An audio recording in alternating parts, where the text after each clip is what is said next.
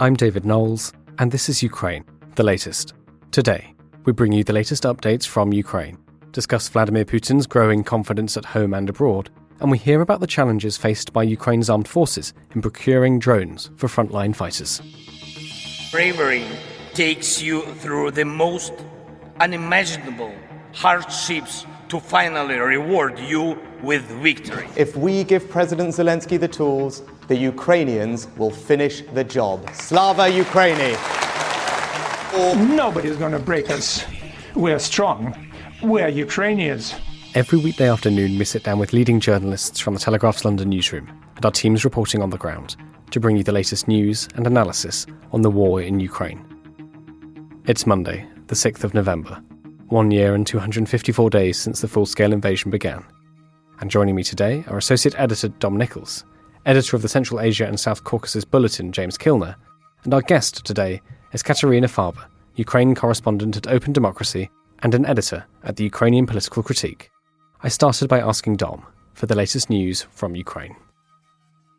Well, hi David, hi everybody. So, as always on a Monday, lots going on to catch up with over the weekend. So I'll take it in chronological order, if I may. So let's start last Friday. There was a Russian missile strike down in Zaporizhia region. This was actually reported yesterday, but the strike happened on Sunday. Killed at least 20 Ukrainian soldiers as they were standing on a parade, a medal ceremony honouring troops on Rocket Forces and Artillery Day. So the troops were from the 128th Separate Mountain Assault Brigade, recruiting heavily from the Western Transcarpathian region. Ukraine's MOD has ordered an investigation into the incident. President Zelensky said it could have been avoided, and other critics have said that the commanders should have been aware that Russian drones constantly monitoring Ukrainian troops' activities near the front lines to guide air and artillery strikes.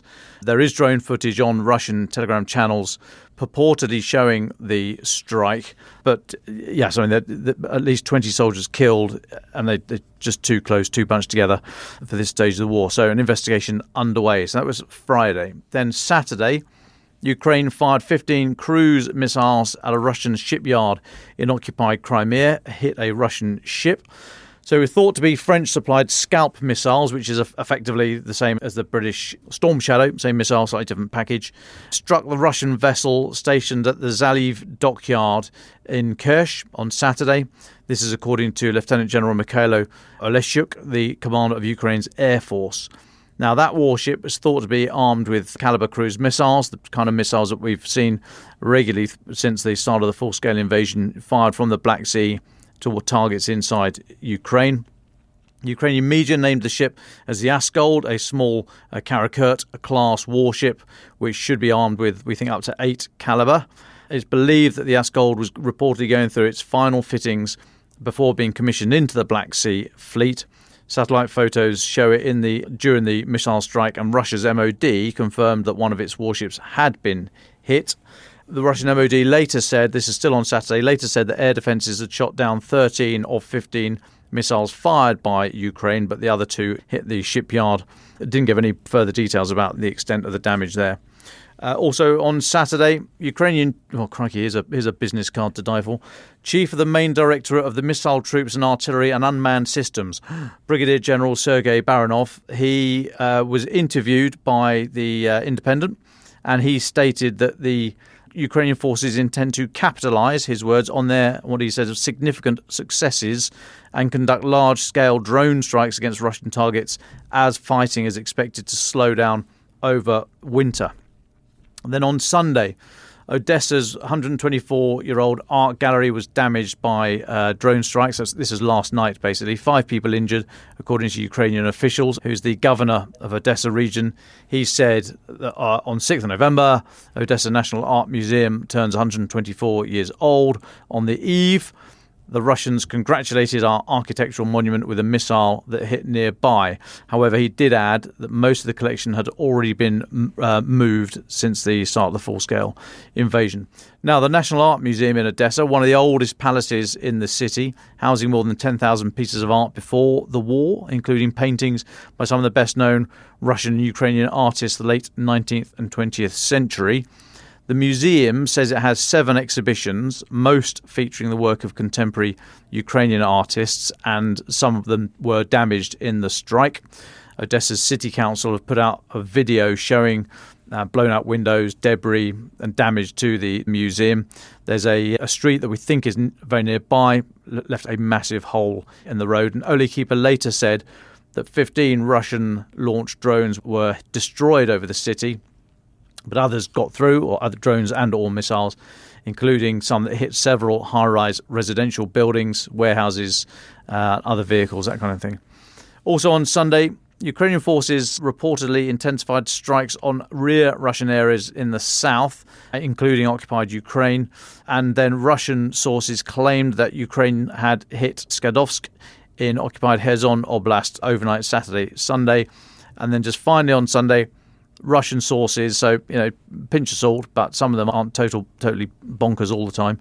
Russian sources said Ukrainian drones had disabled a railway, part of an oil refinery in Zankoy in occupied Crimea, and what they're purporting to be a Storm Shadow missile strike, although, as I say, well done for identifying that as it's coming in at terminal velocity, saying a Storm Shadow missile hit Berdyansk, also down in Zaporizhia Oblast. So mainly a war in the air over the weekend. And I'll take a pause there, David. Thank you very much, Dom. James Kilner, can I come to you? Last week we spoke a lot about the essay and interview given by General Valery Zaluzhny to The Economist, in which he suggested that the war in Ukraine had reached a stalemate. Vladimir Zelensky has seemingly responded to that. What have you seen?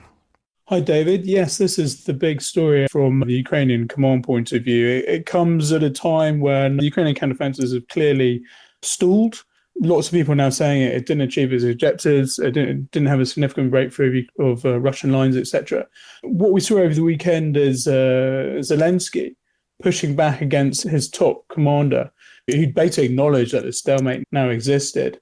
Zelensky wasn't having any of that. And we've seen quite a lot around Zelensky and his sort of fight to keep Western interest in the war in Ukraine over the last few weeks. He's obviously very worried about the Israel-Gaza war and the US interest and finances going towards that rather than Ukraine.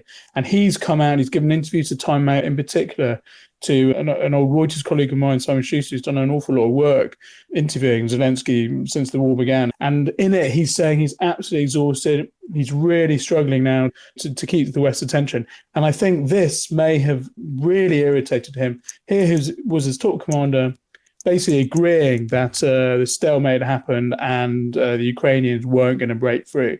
Zelensky's pushed back, and I think what we're now beginning to see is this very worrying from a Ukrainian point of view, this sort of schism at the top of the Ukrainian leadership.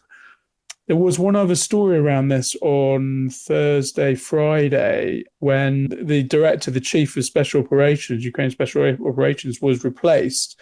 And he claims that he was replaced without even being told. He found out about it on the media. This is something that Zelensky has done, apparently independently. And again, this shows this sort of frustration, maybe the emphasis away from the counteroffensive fighting on the front line towards special operations, where the Ukrainians appear to still be very active. Well, thank you very much for that, James. In your notes, you talk about the construction of a new railway between Rostov and Crimea. This seems like an incredibly important story. What can you tell us about it? So this came out this morning. This came from out of officials in Zaporizhia region, the occupied region in Ukraine, saying that construction work, or at least planning or preparation work for a potential railway linking Rostov to Crimea through the Ukrainian occupied territories has begun. Now, this is a huge project. I mean, we're talking about 550 miles of railway. Obviously, very important logistically for the Russian military if they manage to build this. And really, I think, emotionally, physically, and economically important to the Kremlin, because it sees these infrastructure projects as a way of tying in their eyes, regions of Ukraine that they captured. The most notable example of this is, of course, Crimea and the 12-mile long, which Putin opened a few years ago. That really, in the Kremlin's eyes, solidified its control and its dominance over Crimea. And I think with an infrastructure, something like this, you'll get the same emotions, you get the same political ambitions. Linking back to Ukraine frustrations on the battlefield, it comes at a time that Russia really is feeling, and Putin's feeling very confident again. You can see that in his body language, the way he's talking. He's sort of traveling overseas for the first time. He's hosting foreign leaders. And I think the Kremlin feels rather confident now. They've launched this very large, very costly in terms of manpower and armored cars and tanks, apparently, near Bakhmut of Divka. And I think that this potential railway is another signifier that they're confident that they've repelled Ukraine and that they're going to solidify their control over occupied areas of Ukraine, unfortunately. Thanks, James. Well, we'll talk later about Putin's overseas visit. I know you want to talk a little bit about his upcoming visit to Kazakhstan. Could we move, though, and talk more about Russian recruitment? We've spoken a lot about the issues with the Ukrainian recruitment over the past week, but there are some movements inside Russia as well. Can you tell us about that? So I think an important story and a real sort of indicator of what's been going on in Russia and a very underreported story is that I think it was on Friday again, it could have been Saturday, I think it was on Friday, the Kremlin approved laws that would make it mandatory for convicts entering the Russian penal system. They automatically go onto a list of potential conscripts for the war in Ukraine. So we've seen this incredibly crude recruitment message and tactic in Russia, first put out by Wagner Group, the Kremlin mercenary group last year, where they recruited directly from prisons. And anyone who put their hand up and was fit and able to go could pretty much go. And we're talking rapists, murderers, serial murderers, blah, blah, blah. And the deal was after 6 months of frontline fighting, they would get a pardon and re-enter society. This was actually a very successful Wagner ploy, and from their point of view, it generated lots of this cannon fodder, terrible term, but it's really the backbone of the Russian military, is this sort of overwhelming numbers that they wanted. So successful was it that in January this year, the Russian Ministry of Defense co-opted this strategy and took it over from Wagner, banned Wagner from using it, but actually actively went and did it themselves. And now we see them taking it a stage further. They're basically saying to these convicts, they don't actually have a choice anymore. They are down on a list for potential frontline action in Ukraine. The Russian prison population is about 420,000. So it's a huge number of potential extra soldiers in Russia is generating. And it comes, like I was saying, at a time when the Ukrainian and Russian resources are really being stretched. The Kremlin has banked on big numbers. It's also redeployed Wagner, as we discussed last week, and is also tapping into a very large migrant population in Russia, mainly from Central Asia. It's saying to the migrants, unless you sign up for frontline war duty, we're going to take your dual citizenship away, of which many of them have. It's also confirmed last week that the North Koreans have sent 1 million artillery shells to Russia, which is roughly 2 months' worth of shells, apparently, and possibly some weapons, some missiles, etc. And we know that they're getting drones from Iran. All this is very basic kit compared to the Western kit that the West has been given to Ukraine, but it's the volume. And yet again, it's this psychology of volume that the Kremlin has fallen back on. And really this sort of this incredibly crude law to force convicts, whether they like it or not, onto a conscription list for frontline duty highlights this in bright neon colours. Thanks so much, James. And before we go to our guest, would you tell us a little bit more about Putin's upcoming visit to Kazakhstan? You mentioned that this demonstrates his confidence potentially going overseas. What more can you tell us about this visit? So I think the takeaway things and the important points for your listeners, David, is to remember this is only the third overseas visit that Putin's taking this year.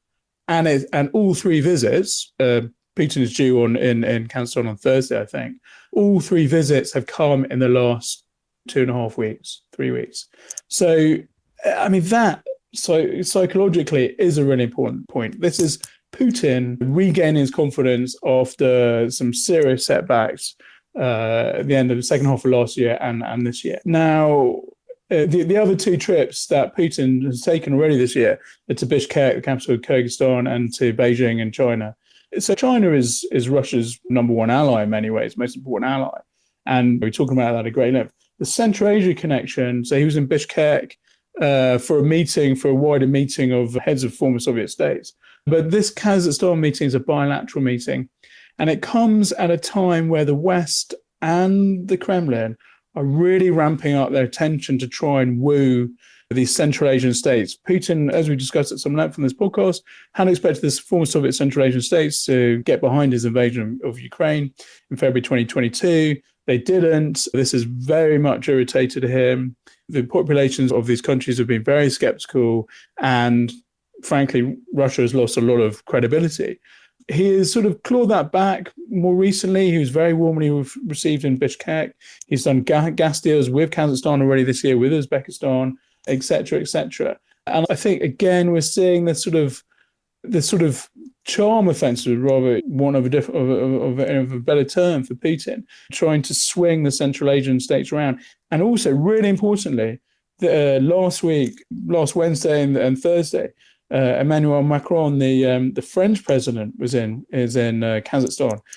His first ever trip to Kazakhstan. So again, all this sort of huge diplomatic international relations, shadow boxing, a lot of it is going on in Central Asia, and I think this is just more of the same. James, hi mate, it's Dom here. I'm going to jump in very briefly, if I may. Just a couple of quick questions just on the back of that point you're making there. Putin visiting Kazakhstan. So Kazakhstan has, the middle months so far in the full-scale invasion, seemed to be trying to carve out a bit of space away from Russia. Seems to have gone back into the old orbit in the last few months, I think. Your interpretation most welcome here. So, unsurprisingly, as you say, Putin's third overseas visit has gone to Kazakhstan. You've sort of characterised it there as almost him thumbing his nose to the West, but is it also a message to Kazakhstan to say, right, chum, you had your little holiday, we had a little break up, but don't forget who's taking you home tonight kind of sketch? And you were saying that Putin was nervous about going overseas when the ICC first came out with its arrest warrant. And he now seems to be over that and he's back on his travels. What do you think he saw in that period when he was slightly nervous to then make him think, oh no, I'm okay, I'm golden, no further action's been taken. Yeah, it's safe to carry on travelling. So a couple of questions mixed up in all that ramble. Hi, Dom. Yeah, good points, good questions. So starting with the travel element, I'm not sure I interpret it as Putin being particularly worried about the ICC stopping him from travel. Obviously, we know he scrapped a trip to South Africa earlier this year because it is an ICC member. Kyrgyzstan and Kazakhstan are not ICC members, and I'm pretty sure China isn't either, although I'm not a China expert in any way. So there was never any risk to Putin for traveling to Central Asia. I just think he had far too much on his plate in Russia and the war in Ukraine to spend time travelling outside Russia. The Wagner mutiny, setbacks on the battlefield, the economy, all this sort of thing. And I think if he turned up in Central Asia looking like he was about to lose a war to the West in Ukraine, it would have been a terrible sort of way for him to travel. Now that it seems... And I think this all comes back to what we were talking about at the top of the hour. The sort of the battlefield sentiment has moved against Ukraine, where they're talking about stalemate, and the Russia feels like they've held off this Western-backed counteroffensive. Now that he can confidently project this image in Central Asia, I think the populations of these countries will be more impressed, and he'll be held in high credibility by the leaderships as well. Certainly in Bishkek, Sadegh Japarov, the president, welcomed him very warmly. He was in Bishkek roughly a year earlier, and it was a much less warm welcome. So I think he's perceived differently. I think he's more relaxed about things at home in the Kremlin, the economy and the war, etc. And I think he's up for traveling again. I don't think he's going to go to a member of the ICC and risk it. I think that'd be crazy for Putin to try and pull off. They may organise a deal where there's a loophole, but this is not ICC travel. So I think it's slightly outside that. I think this is Putin being confident. I think that's the story, the big story here, and having the mindset and time to try and regain and rebuild relationships in Central Asia. And as to your first question, a country like Kazakhstan is very aware of the reality of its political situation. It can't just dump the Kremlin and shift to the West. That's just not a possible, credible line. And so these Central Asian states I've been reporting on them for more than 20 years, and they're very, very adept at playing off all sides, depending on the way the wind's, blowing. China is in the ascendancy at the moment, so they're doing a lot with China, selling a lot of gas there. They're really doing Belt and Road stuff.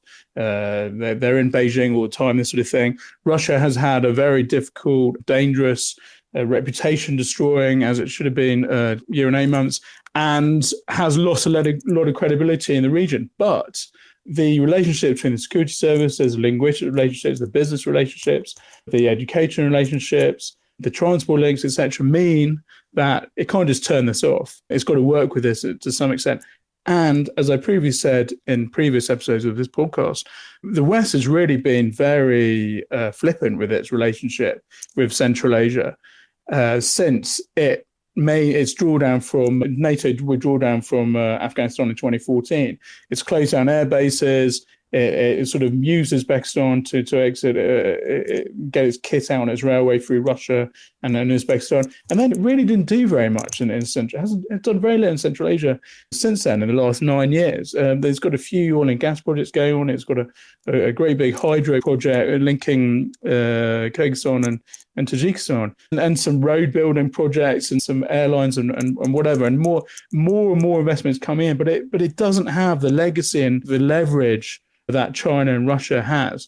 And although Kazakhstan and the Central Asians have been reaching out, and although Joe Biden sat down with all 5 leaders in New York in September, and then Scholz, the German leader, also met all the leaders in Berlin a few weeks later, and although Macron's been out to Kazakhstan and James Cleverly, our foreign minister, was there early in the year, they've just got so much ground to make up. So this is Putin sort of, if you like, reclaiming what he sees as the Kremlin's natural sort of sphere of influence, or trying to reclaim it, as much from China, incidentally, as from the West. Well, thank you very much, John, for your questions, and thank you, James, for answering them. Let's now go to our guest today, Kateryna Farbar, Ukraine correspondent at openDemocracy and editor at Ukrainian Political Critique. Kateryna, thank you so much for joining us. Thank you for your time. Would you start just by introducing yourself and your work to our listeners? Yes, hi to all the listeners, and thank you for having me, David. I'm a reporter for openDemocracy for over a year now. I'm based in Kyiv, and I cover the war and also home front socioeconomic situation in the country. Well, Kateryna, the article we want to talk to you about today is all about drones. You've been looking at Ukrainian government provision of drones to its soldiers. Before we talk about the story, why did you decide to look at this subject? I think it's, at this point, it's a rather common knowledge that drones are very important in Ukraine's defensive war against Russian full-scale invasion. I think also the attention the media pay to drones' involvement and drone usage on both sides is proof to that. But what's interesting on Ukrainian side is that at the initial stage of the war, mostly non-state actors procured the military with all types of drones. And even soldiers would gather donations themselves. But since last autumn, Ukrainian government and the military, they've taken a series of actions to concentrate the domestic production of drones in the country and drone procurement for the military. This is due to a few factors. Is that one, Ukraine struggles with the Western supply of weapons. It often arrives later than they needed, and then there is less opportunity to produce weapons in Ukraine. And a lot of experts think that this is something that Ukraine should be concentrating on. And since I spoke to a few soldiers about their procurement with drones and how, if they're lacking drones or if there are enough of them, I found out that the demand is rather higher than what delivered to the soldiers, and sometimes the delivery is also unevenly distributed. One very interesting point you make in your article is that there was a period last year in 2022 when enough drones were being produced for frontline soldiers, but now there's a shortage. Could you tell us some of the reasons you found and some of the reasons the soldiers told you for why this is the case? Well, they weren't produced enough of them, but they were delivered. Volunteers managed to deliver enough of drones. A lot of money had been gathered around Ukraine also to buy more drones for soldiers. I think it's because the involvement of the public the public, and the amount of donations and money at the beginning, in the first year, was much higher. We see maybe the decline in this kind of involvement of the society. Maybe I think it's due to just the time is dragging. But then also there are a few limits, like China limited their export of drones to Ukraine, and this is from 1st of September. So not only the drones, but also parts that are used by Ukrainian manufacturers to produce drones. This is something soldiers are feeling this on the front lines. One soldier that I talked to told me that he would wish that they had 3 times more drones as they do now, and some for extra. One of the interesting disagreements that you pick up on, I think, in your article is how the authorities decide which units to send the drones to, and how that's causing some unrest and some anger amongst the people you speak to. Could you explain what's happening there? Yes, I think some of it is the military bureaucracy. The Special Forces unit that I talked to told me that when he tried to apply for a certain amount of drones for his units, he went through all the procedures of the bureaucracy that had to be done and to receive drones at the last stage of when there's distribution of drones. They were given to another unit that showed better results in hits, meaning that they hit more targets and they had a better record of them. This internal military bureaucracy that is notably difficult to navigate for some soldiers. You mentioned earlier that one of the vital parts of the delivery was from volunteers, often either volunteers in Ukraine or foreign volunteers as well. How important are these drones and these deliveries to the frontline troops? It'd be good to get a sense of how much is covered now by the government and how much is still coming from abroad, from volunteers internally. Well, volunteers are vital, not only for the drones, it's mostly for procurement of all necessities that militaries started from boots, ending with maybe even tanks. Some foundations like Serhiy Prytula's foundation are gathering huge amounts of money to, notably gathered last year millions of hryvnias for a couple of Bayraktars. So I think the civil society donations, volunteers are very important to the cause. But at the same time, there is understanding that the war is lasting longer. A lot of Ukrainians expected it. And there should be new ways to support the army, and state should be involved. That's why Ukrainian state has introduced some of the programs for drone procurement and production. They facilitated bureaucratic procedures for manufacturers to get a license with the state. But at the same time, when I talked to the manufacturer of drones here in Ukraine, he told me that the state helps to move the production and scale the production. For them, the work with the state is very important. At the same time, they're trying to leave a percentage of their product to volunteers. They charge for drones, for example, less than for the state, so it would be easier for them to buy the products. And the specific manufacturer, Warbirds, told me that 60% of their drones go to the state and 40% go to the volunteers. At the same time, he said that state could buy 3 times more than they can produce, because there is such a need for more. Just talking about your interview with the CEO of Warbirds, one of the things he spoke about, I believe, is how drones were not seen as an addition to shells and munitions, but as a replacement, unfortunately. Could you tell us a bit more about that? Because I think it's a very important point. Yes, his opinion about involvement of drones in this war and the future of drones in this war was that at the moment, drones help the Ukrainian military when there is a shortage of shells. But he stressed that there is a real importance of scaling the production of drones, and that in the near future, he argues, like even in a year, the drones will be not helping, but even replacing shells. Like there will be ratio 1-to-1 shells to drones. That would be probably a winning situation for Ukraine, because drones are easy to produce, they are cheaper to produce. There's a lot of small groups that are inventing their own drones. There are a lot of groups around Ukraine that do that themselves. Soldiers themselves compile drones. Yeah, this estimation of his might have some roots.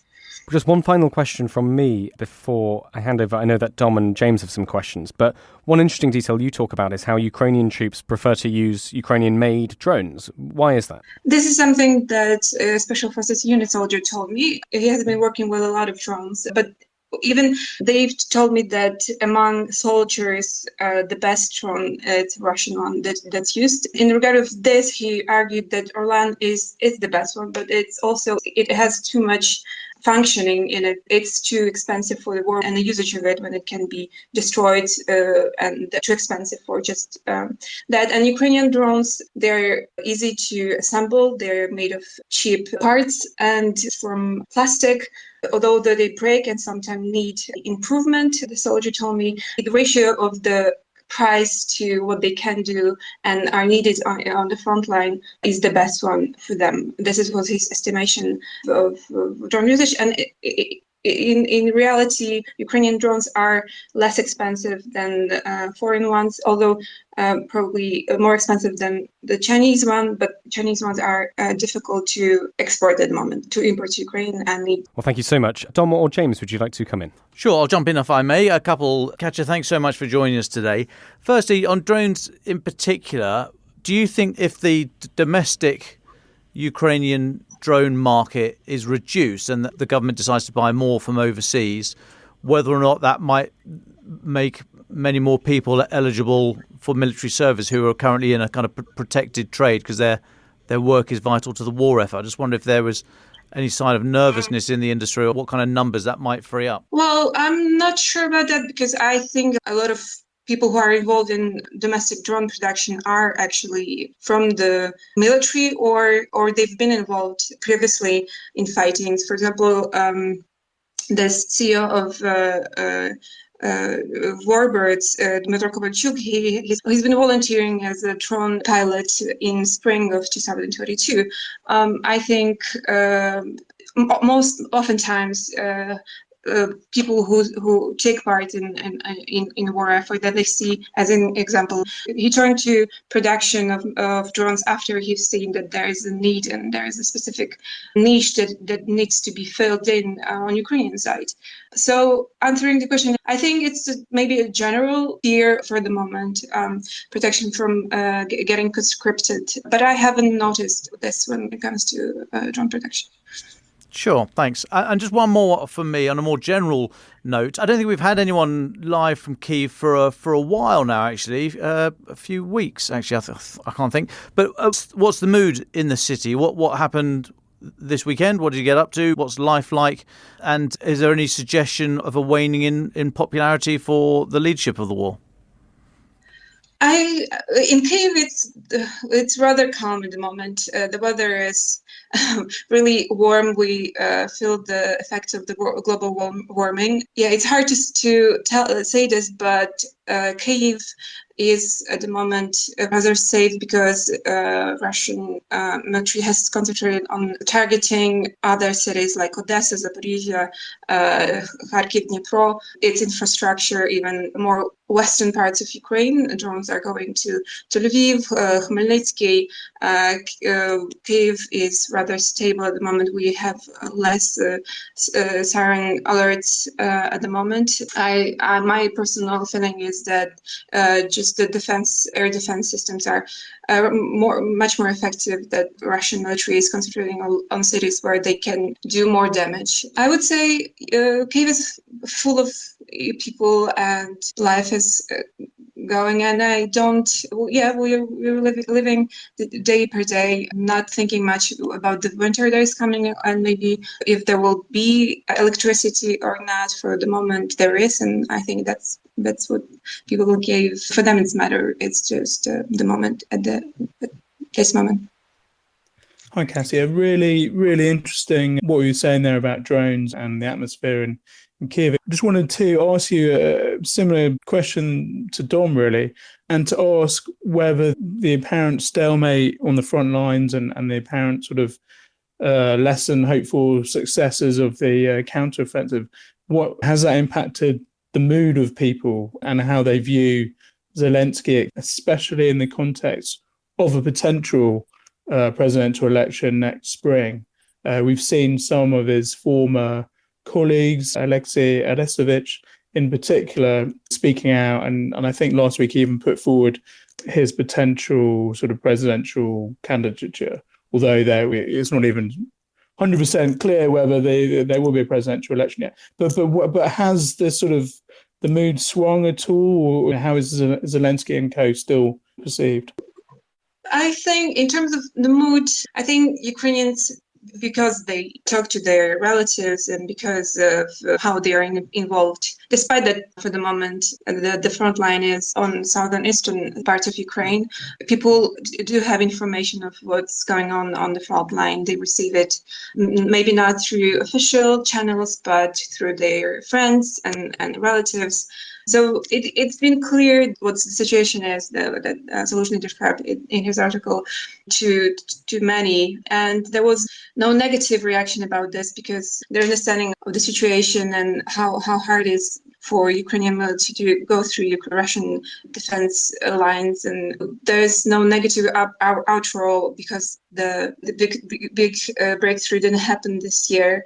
I think for some, the official messages that went out to the Western world made some understand the gravity of the situation, and it might cause some stress just to acknowledge publicly because there's, I would say, minimum communication of authorities about negative or hard realities of the war. But I don't see if it's had transferred already on Zelensky's ratings or of his support. I think we need some maybe more time to see. And I don't know if Ukrainians are ready to have the elections or made it be presidential or parliamentary because, yes, a lot of factors go into it, and it seemed unrealistic up until now, and I don't know what the public opinion will be about that yet. Well, thank you very much, Dom and James, for your questions. Thank you so much, Katya, for answering all of them. Let's move now then to our very final thoughts. Dom Nichols, would you like to go first? Yeah, thanks, David. It's just to kind of wrap up a bit of what we're talking about there, really, and this idea about stalemate and counteroffensive is not going anywhere and so on and so forth. I've said before, sort of take a step back and look at it more broadly. I mean, war is an effort between a number of competing forces, and I've scribbled some notes. It's time, political will, military capability, and the support from society in Dom's view, right? So we've said how time is probably on Russia's side. No, the longer they don't care about how many people they lose, and they can mobilize a lot more people than Ukraine might be able to. So time is probably not on Ukraine's side. But how much time is there? Are we talking months or years? I think we're talking years, but are we talking double digit or what have you? But time is a factor. Political will, of course, that is a feature of the personalities, which is why Russia has put and continues to put so much effort into trying to kill President Zelensky, because he has galvanized the nation in a way that, to be fair, not a huge number of people thought he would do on day one of the war.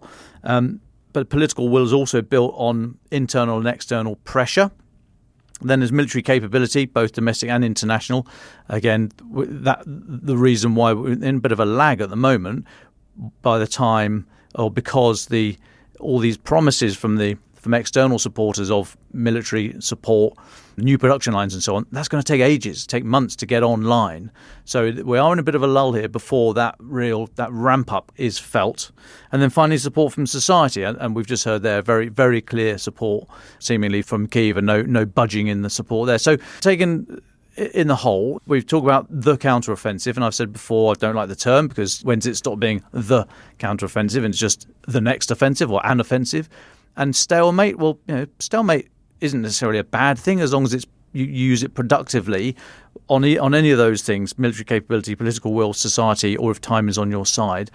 So stalemate in and of itself, and I'm not suggesting there is one right now, because it's a bit of a broad brush term, but there's so much going on. It's too easy just to say, there is a stalemate, there's not a stalemate, the counteroffensive has failed, it hasn't failed, so on and so forth. We've got to look at all these different things all the time, and they are in constant flux and constantly moving on the domestic and the international, through the domestic and international lenses. So, it's much more nuanced than just saying, the lines haven't moved recently, there must be stalemate, and that's going to be bad for Ukraine. So I just think we need to get a sense of perspective here, and that industrial side of it. I think that we're in the phase now where we need the political will to to endure through this fallow period whilst the factories are being built and whilst the contracts are being negotiated, such that maybe by next summer the external industrial military support for Ukraine is cooking on gas. But between now and then, there's going to be long periods of calm, quiet, and that can be misinterpreted as nothing's happening, it's terrible, Ukraine is losing. I mean, look where we are. We're talking about Russia is talking about consolidating its lines. I mean, they were supposed to be in Kyiv in 3 weeks. So, this is a fallow period, but we just need to take the long view and have the confidence to hold the time down, as Colour Sergeant Crilly used to yell at me. Thank you. Thank you, Dom. James Kilner. Firstly, thanks very much, Katya, for that really insightful opinion from Kyiv. Really, really interesting. Getting a view of how people in Kyiv see it all.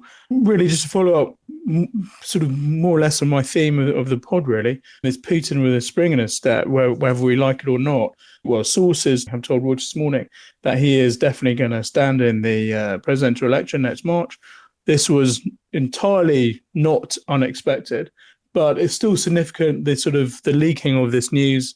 Like I said, it's him, embarking on an overseas trip, trying to be the strong man, playing the card of having withstood NATO-backed Ukrainian counteroffensive, which has palpably not achieved the aims that Zelensky and co were laid out for it, and the commanders now said that there's a stalemate. So we got Putin again sort of leaking, the Kremlin leaking information that he's going to stand in March. As the listeners will know, a 2020 constitutional tweak allows Putin to officially stand for 2 more terms as Russian president from next year, 6-year terms. So he's got another potentially 12 years officially as Russia's president. He's already 71, so he's really going to be pushing the limits with potentially another 2 terms, although Joe Biden has shown that this is not unusual in world affairs. So that's my thought, David. Putin, spring and step, saying he's about to stand again for elections in March next year, and packing his bags ready to go to Kazakhstan later in the week. Thank you very much, Dom. Thank you very much, James. Katya, as our guest, would you like the very final words? Yeah, well, thank you. It was interesting also to discuss the drone procurement in terms of the current situation on the front line, and I don't have anything to add additionally. Well, it was a real pleasure talking to you, Katya, and thank you so much for answering all of our questions. You've really given us and our listeners a wonderful insight, so thank you so much for your time. Ukraine the Latest is an original podcast from The Telegraph. To stay on top of all of our Ukraine news, analysis and dispatches from the ground, subscribe to The Telegraph. You can get your first 3 months for just £1 at www.telegraph.co.uk/Ukraine the Latest. Or sign up to Dispatches, our Ukraine newsletter, which brings stories from our award-winning foreign correspondents straight to your inbox. We also have a Ukraine live blog on our website, where you can follow updates as they come in throughout the day, including insights from regular contributors to this podcast. You can listen to this conversation live at 1 p.m. London time each weekday on Twitter Spaces. Follow The Telegraph on Twitter so you don't miss it. To our listeners on YouTube, please note that due to issues beyond our control, there is sometimes a delay between broadcast and upload. So if you want to hear Ukraine the Latest as soon as it is released, do refer to the podcast apps. If you appreciated this podcast, please consider following Ukraine the Latest on your preferred podcast app. And, if you have a moment, leave a review, as it helps others find the show. You can also get in touch directly to ask questions or give comments by emailing ukrainepod@telegraph.co.uk. We do read every message. And you can contact us directly on Twitter. You can find our Twitter handles in the description for this episode. As ever, we are especially interested to hear where you are listening from around the world. Ukraine the Latest was produced by Rachel Porter, and the executive producers are David Knowles and Louisa Wells.